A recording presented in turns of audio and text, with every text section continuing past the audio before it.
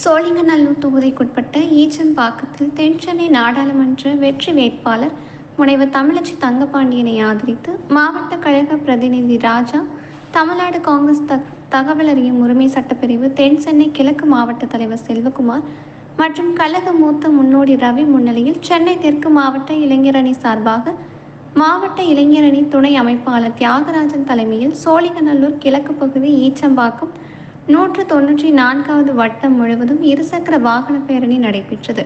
இதில் வாக்காளர்களிடம் வெற்றி சின்னம் உதயசூரியன் சின்னத்திற்காக வாக்குகள் சேகரிக்கும் பணியில் கூட்டணி கட்சி நிர்வாகிகள், இளைஞரணி தோழர்கள் உள்ளிட்டோர் கலந்து கொண்டனர்.